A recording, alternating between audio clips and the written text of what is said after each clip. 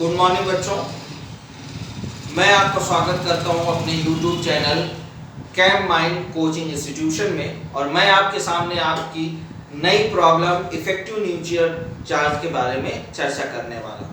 प्रभावी नाभिकीय बल या इफेक्टिव न्यूक्लियर चार्ज क्या होता है, आज इसके बारे में चर्चा करेंगे। साथ ही ये जानेंगे कि किस तरीके से किसी भी एटम के प्रभावी नाभिकीय बल या इफेक्टिव न्यूक्लियर चार्ज को किस तरीके से कैलकुलेट किया जा सकता है। अब यहाँ पर बोर्ड में पहले से ही कई सारी चीजें आपको बनी हुई दिखाई दे रही हैं। यहाँ एक एटम का स्ट्रक्चर बना हुआ है। तो ये क्या है इफेक्टिव न्यूक्लियर चार्ज? यहाँ पर न्यूक्लियर चार्ज के साथ इफेक्टिव शब्द को क्यों जोड़ा गया, इसके बारे में भी चार्ज करेंगे। क्योंकि न्यूक्लियर चार्ज एक तरीके से किसी भी न्यूक्लियर पर कौन सा चार्ज होता है आप जानते हैं, किसी भी न्यूक्लियस पर पॉजिटिव चार्ज होता है। तो वो कौन सा इफेक्टिव शब्द है जो उसके न्यूक्लियर चार्ज को बैकअप दे रहा है, क्या चीज है जिसके बारे में हम यहाँ पर चर्चा करने वाले हैं। तो इससे पहले मेरे YouTube चैनल को सब्सक्राइब कीजिए, उसको मत भूलिए और बेल आइकन दबाइए, जिससे मेरे सारे आपके वीडियो आपके पास पहुंचते रहें और हम एक दूसरे के साथ इंटरेक्ट करके जुड़े रहें। तो चलिए सबसे पहले हम आप बात करते हैं इफेक्टिव न्यूक्लियर चार्ज की। क्या होता है इफेक्टिव न्यूक्लियर चार्ज? प्रभावी नाभिकीय बल। तो नाभिकीय बल के बारे में हम बात करेंगे। न्यूक्लियर चार्ज या न्यूक्लियर फोर्स के बारे में पहले बात करेंगे। हम जैसा जानते हैं कि न्यूक्लियस पर प्रोटॉन और न्यूट्रॉन होते हैं। प्रोटॉन पर पॉजिटिव चार्ज पाया जाता है, जिसके कारण ओवरऑल न्यूक्लियस पर पॉजिटिव चार्ज होता है। अब न्यूक्लियस के आउटर स्पेस पर इलेक्ट्रॉन होते हैं जिन पर नेगेटिव चार्ज पाया जाता है। तो क्या होता है, न्यूक्लियस उस आउटर के इलेक्ट्रॉनों को अपनी ओर घसीटता रहता है, लेकिन इनर सेल में, जिनको इनर वेनिंग सेल्स भी कहते हैं, वो इन इलेक्ट्रॉनों को रिफ्लेक्ट करते रहते हैं due to same charge. Electron का पास नेगेटिव चार्ज है, इनर सेल्स के इलेक्ट्रॉन्स के पास भी नेगेटिव चार्ज है, जिसके कारण ये एक दूसरे को रिपल्स किया करते हैं। तो intervening electrons outer cell electrons पर एक रिवर्स फोर्स लगाते हैं और ये सब इलेक्ट्रॉन एक दूसरे पर रिवर्स फोर्स लगाया करते हैं, जिसके कारण ये इलेक्ट्रॉन इसके न्यूक्लियस पर नहीं जा पाते, क्योंकि उसके चार्ज जो न्यूक्लियर चार्ज लग रहा है उसको इनके इनर वेनिंग इलेक्ट्रॉन्स और आउटर सेल इलेक्ट्रॉन्स उसको कम कर देते हैं। जैसे जैसे ये इलेक्ट्रॉन बढ़ते जाएंगे, इन इलेक्ट्रॉनों द्वारा जो न्यूक्लियर चार्ज या न्यूक्लियर फोर्स आउटर सेल पर इलेक्ट्रॉन पर लग रहा है वो कम होता चला जाएगा, वो कम होता चला जाएगा। तो जिसके कारण क्या हो जाएगा, एक तरीके से वहां पर ऐसा इफेक्ट पैदा होगा जो उन इलेक्ट्रॉनों को ढकेल रहा होगा, या फिर जो फोर्स न्यूक्लियस द्वारा अपनी ओर खींचा जा रहा है उसको कम कर देगा। ऐसे फोर्स को स्क्रीनिंग फोर्स या सील्डिंग फोर्स कहते हैं, और ये इफेक्ट स्क्रीनिंग इफेक्ट या सील्डिंग इफेक्ट कहलाता है, जिसे एस द्वारा या सिग्मा द्वारा रिप्रेजेंट किया जाता है। इसके बारे में क्लीमेंट ने 1963 में बताया था। क्लीमेंट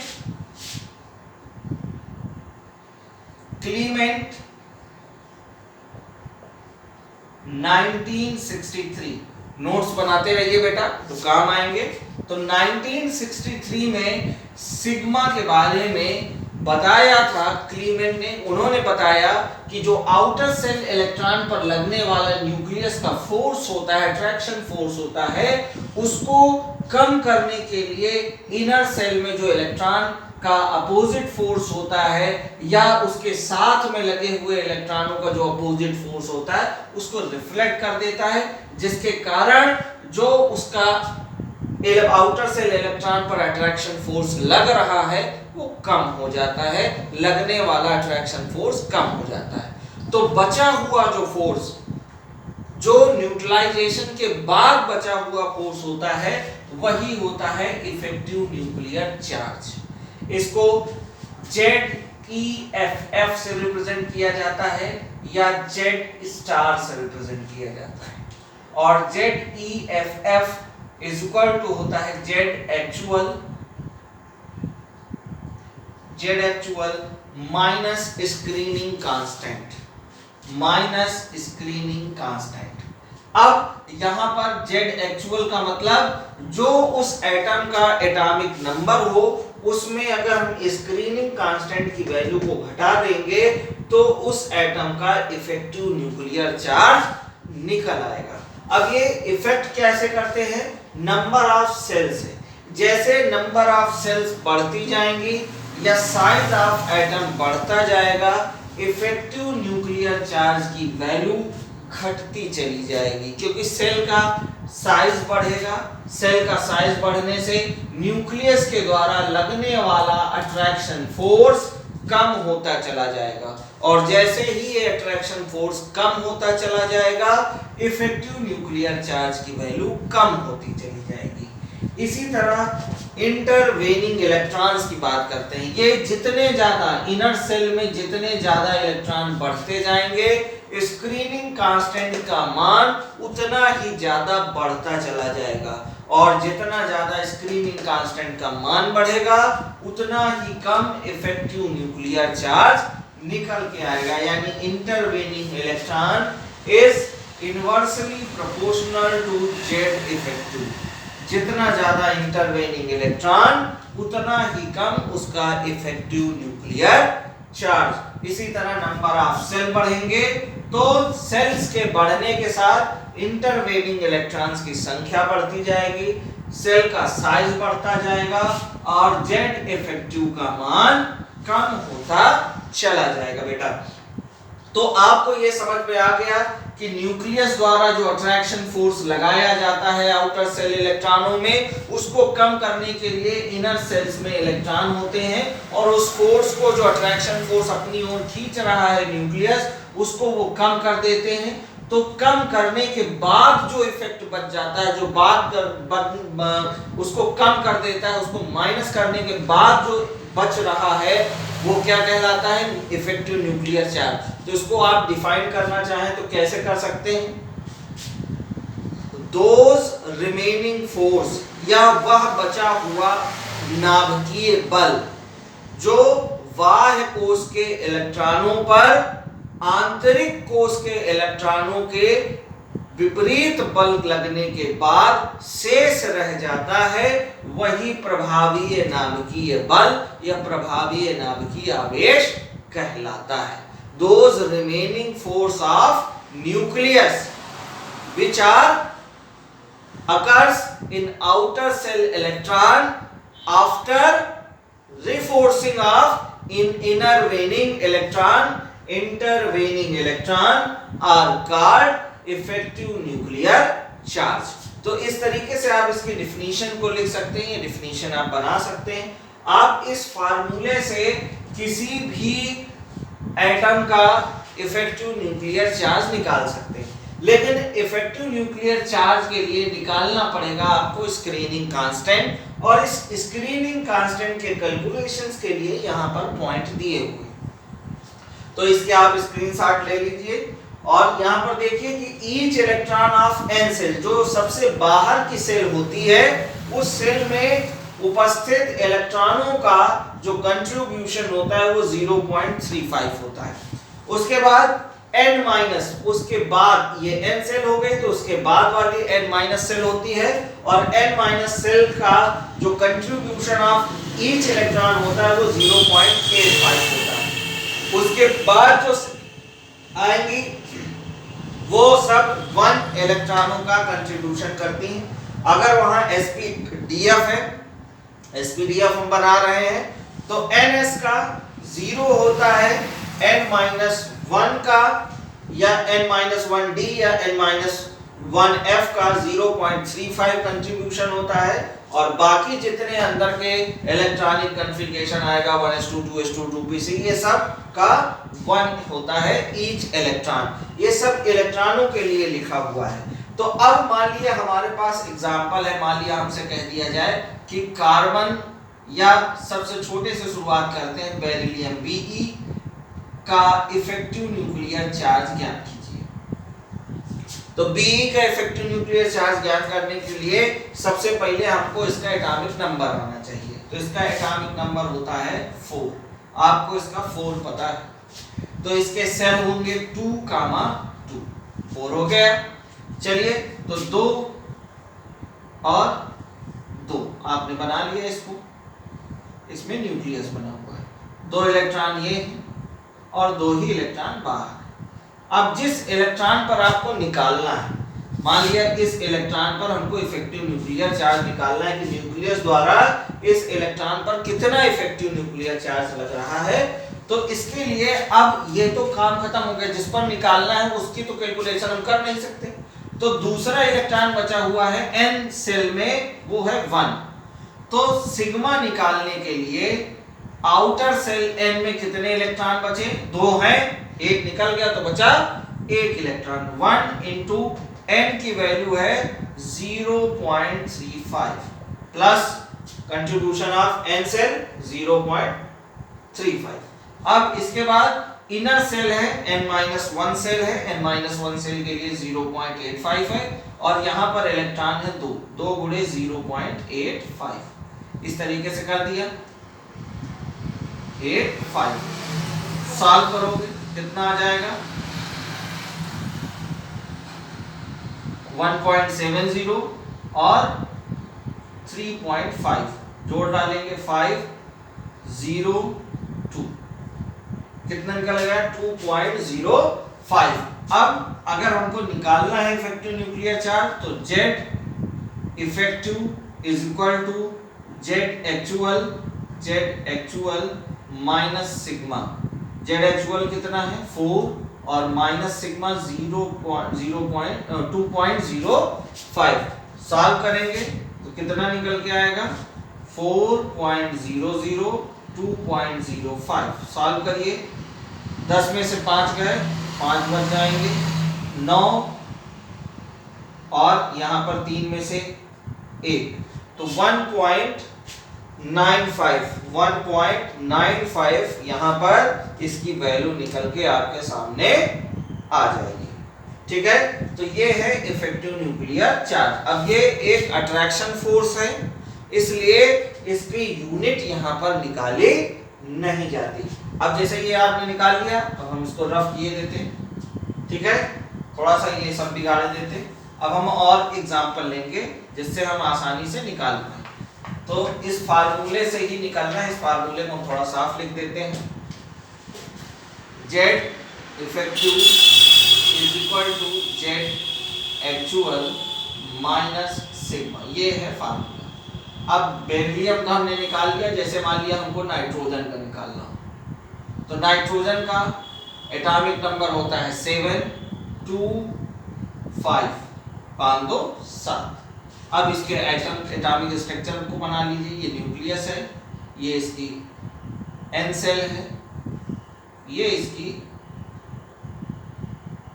2 सेल हमने बना ली, K बना लिया और L बना लिया। ये K बना है, ये L बना है, K और L। तो K में कितने इलेक्ट्रॉन है? 2 इलेक्ट्रॉन है, हमने 2 इलेक्ट्रॉन बना लिए। L में कितने इलेक्ट्रॉन? 5, 1 2 3 4 5। अब किसी एक इलेक्ट्रॉन पर हमको इफेक्टिव न्यूक्लियर चार्ज निकालना है। आउटर सेल के इलेक्ट्रॉनों पर एक पर निकाल देंगे, वही सब पे निकलेगा, तो एक पर निकालना है। तो हमने मान लिया इस पर निकालना है। तो कितने बचे? आउटर सेल में जब एक निकालना है तो बचे 4। तो सिग्मा निकालने के लिए 4 इंटू या n सेल इलेक्ट्रॉन कितने हैं? n सेल इलेक्ट्रॉन आपके पास है 4 और n-1 सेल इलेक्ट्रॉन है 2। तो इसलिए यहाँ पर 4 इंटू n सेल के लिए वैल्यू है 0.35 प्लस n-1 सेल के लिए आपके पास वैल्यू है 0.85। तो उसमें है 2 इलेक्ट्रॉन, 2 गुणे 0.85। ये n सेल है और ये है n-1 सेल। इसके बाद जैसे इसमें देखें तो ये है n सेल, ये है n-1 सेल और ये फिर इनर सेल हो जाएंगे। जो भी इनर सेल वो अंदर जितनी भी होंगे वो सब इनर सेल। तो यहाँ कैलकुलेट करेंगे 35 दूना 70, 35 दूना 70 यानी 1.40। अब इसको निकाला तो अभी 2 से मल्टीप्लाई किया ही था, 8 दूनी 16, 1 17। तो 1.40 और 1.70 निकल आया। जोड़ डालिए, 7 4 11 और 2 प्लस 1 3, 1.3.10 यहाँ पर आपने ये वैल्यू सिग्मा की निकाल ली।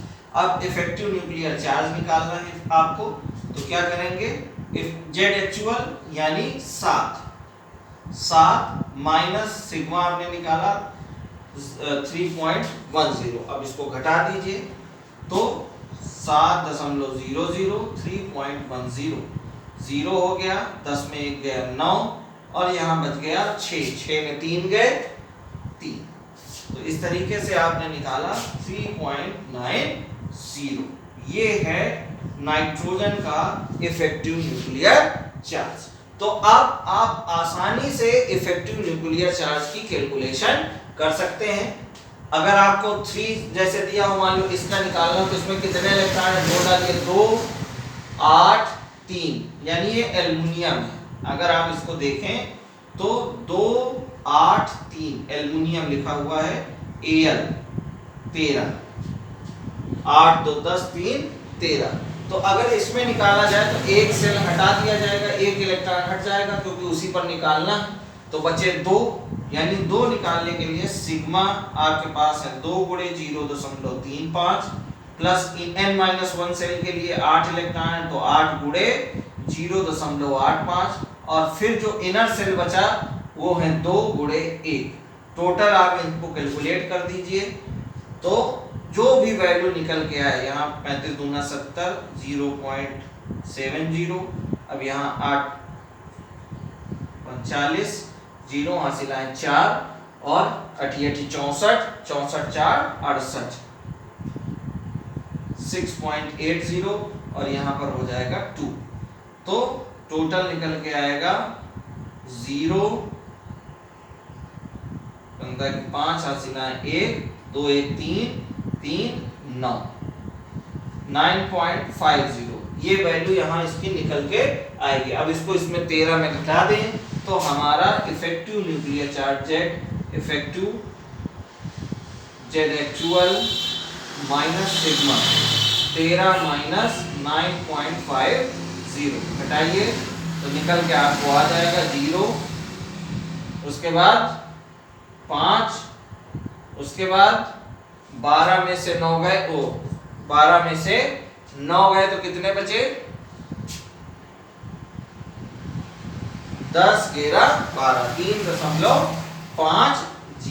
ये निकल के वैल्यू इफेक्टिव न्यूक्लियर चार्ज की आपके सामने आ जाएगी। तो इस तरीके से आप आसानी से आप इफेक्टिव न्यूक्लियर चार्ज को कैलकुलेट कर सकते हैं। इफेक्टिव न्यूक्लियर चार्ज कैलकुलेशन के लिए ये पॉइंट आपको याद रखने हैं कि n सेल की जो कंट्रीब्यूशन ऑफ इलेक्ट्रॉन होता है वो 0.35 होता है, n-1 के लिए 0.85 होता है और जो उससे इनर सेल्स होती हैं उनमें इलेक्ट्रॉनों का ईच इलेक्ट्रॉनों का कंट्रीब्यूशन 1 होता है। ये वैल्यू अगर आपको याद रहेगी तो आप सिग्मा यानी शील्डिंग इफेक्ट की वैल्यू या स्क्रीनिंग कांस्टेंट की वैल्यू आप आसानी से ज्ञात कर लेंगे। और स्क्रीनिंग कांस्टेंट को मैंने बताया, क्लीमेंट ने बताया था 1963। इस वैल्यू की सहायता से आप आसानी से इफेक्टिव न्यूक्लियर चार्ज को कैलकुलेट कर सकते हैं ड्यू टू द उसमें कम करके उसमें घटाकर, किसमें, उसके एटॉमिक नंबर में आप अगर घटा देंगे स्क्रीनिंग कांस्टेंट की वैल्यू को तो आसानी से आप इफेक्टिव न्यूक्लियर चार्ज को ज्ञात कर सकते हैं। तो इस छोटे से वीडियो में आपने देखा कि किस तरीके से इफेक्टिव न्यूक्लियर चार्ज को कैलकुलेट किया जा सकता है। कोई भी प्रॉब्लम होती तो मुझे बताइए, मेरे कमेंट्स बॉक्स पर डालिए और बेहतर से बेहतर सुझाव दीजिए जिससे आपको और अच्छे तरीके से बताया जा सके। अगर आपको कोई टॉपिक जो ना समझ में आया हो या केमिस्ट्री में आपके पास कोई ऐसा टॉपिक हो जो आपकी ना समझ में आता हो तो उसको बताइए, मैं जरूर आपको उसका वीडियो बनाकर दूंगा जिससे आपका फायदा हो और दूसरे बच्चों का भी फायदा हो। इसके लिए मैं हमेशा आपके साथ हूँ। धन्यवाद और भूलिए नहीं कि चैनल को सब्सक्राइब करना है और बेल आइकन दबाना है। मैं हूँ Abhishek Awasthi, cam mind coaching institution में। Thank you.